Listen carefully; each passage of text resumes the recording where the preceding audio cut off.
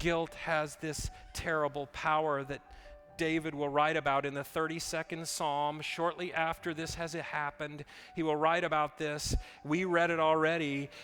He says in the 3rd verse, when I kept silent, my bones wasted away through my groaning all day long. And for day and night your hand felt heavy upon me, and my strength was sapped.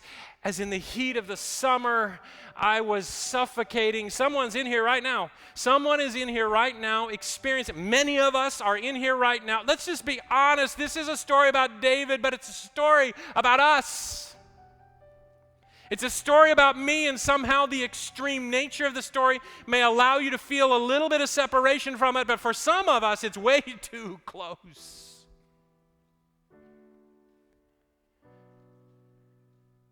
And our integrity, our wholeness, it's cracked or cracking. We got cupcake all over our face.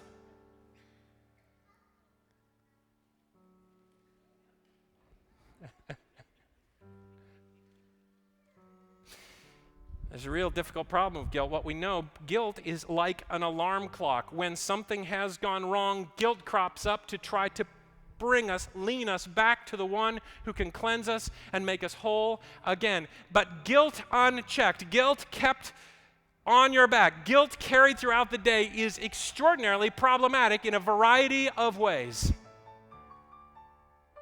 Guilt can break you down. It's like an alarm clock gone wrong. It's like an alarm clock whose snooze button goes on every 7 minutes, no matter. Have you noticed it's not terribly restful? Scientists suggest to us that the rest you have after hitting the snooze button is nearly completely counterproductive.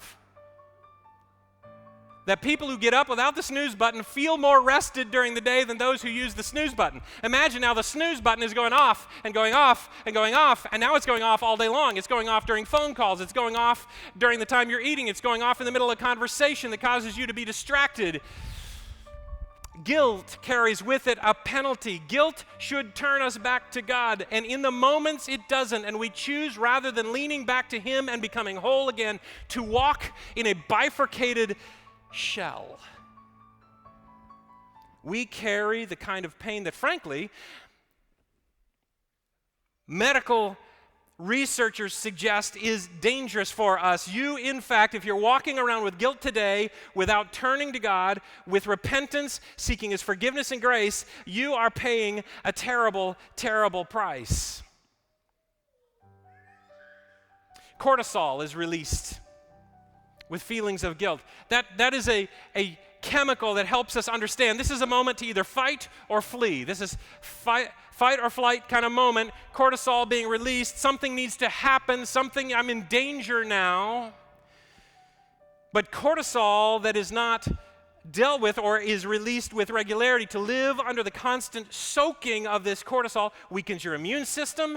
It makes heart disease much more prevalent, diabetes more likely, depression and anxiety disorder more common.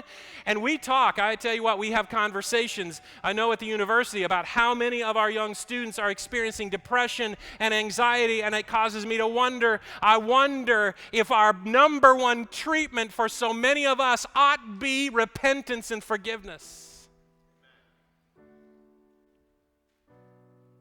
I don't know what you've been carrying.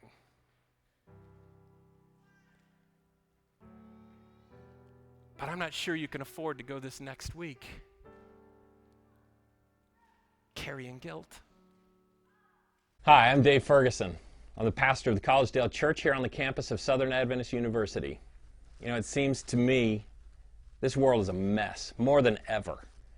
And in the midst of it, the questions that are boiling up, we wonder, does Jesus have anything relevant to say about the problem in my life, the difficulty you're struggling with? I think He does. And I'd like to welcome you to subscribe to this YouTube channel as we explore the relevance of Jesus Christ in the everyday life of you and me. So subscribe. Click the button.